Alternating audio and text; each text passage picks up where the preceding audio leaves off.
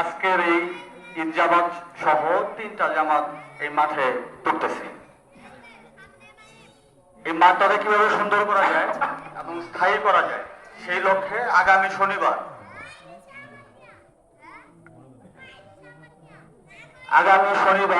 5 তারিখ এই মাঠেই সকাল 10টায় মাঠের উন্নয়ন কল্পে এবং কমিটি গঠন করার লক্ষ্যে একটা মিটিং হবে।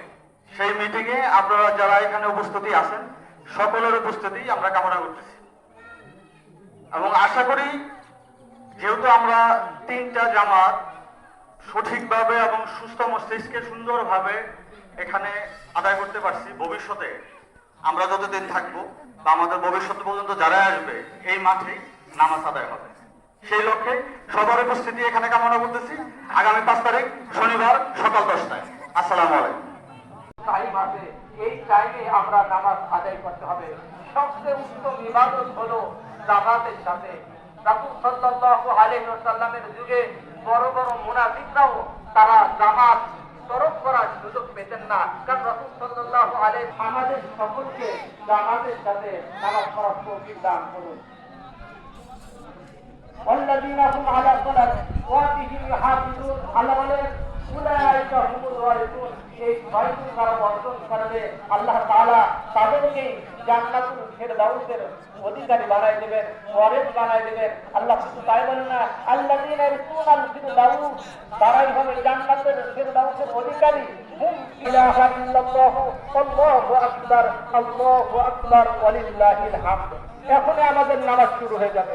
এখনো যারা আমরা ঈদগার মাঠে আসি নাই, অতি তাড়াতাড়ি ঈদগার মাঠে এসে হাজির হয়ে যায়। আল্লাহ তাআলা বলেন, ওয়াকাদা রাব্বুকা আল্লা তা'বুদু ইল্লা ইয়্যা ওয়া বিল ওয়ালিদাইনি ইহসানা।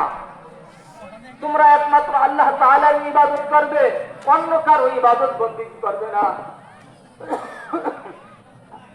আর তোমাদের মাতা-পিতা, যাদের মাতা-পিতা আছে তাদের সাথে ভালো ব্যবহার করবে, উত্তম ব্যবহার করবে।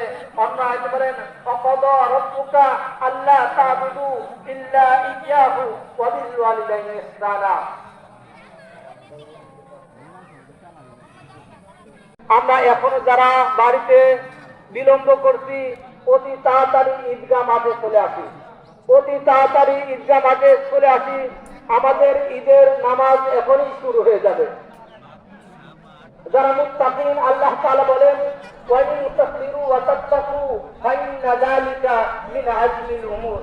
যদি তোমরা ধৈর্য ধারণ করো, তাকওয়া অবলম্বন করো, তাইয়ুহুম শারিআ। যারা মুত্তাকিন, মুজাহিদু, আল্লাহ তাআলাকে ভয় করে, তাদেরকে দুনিয়ার কেউ তাদেরকে ক্ষতি করতে পারবে না।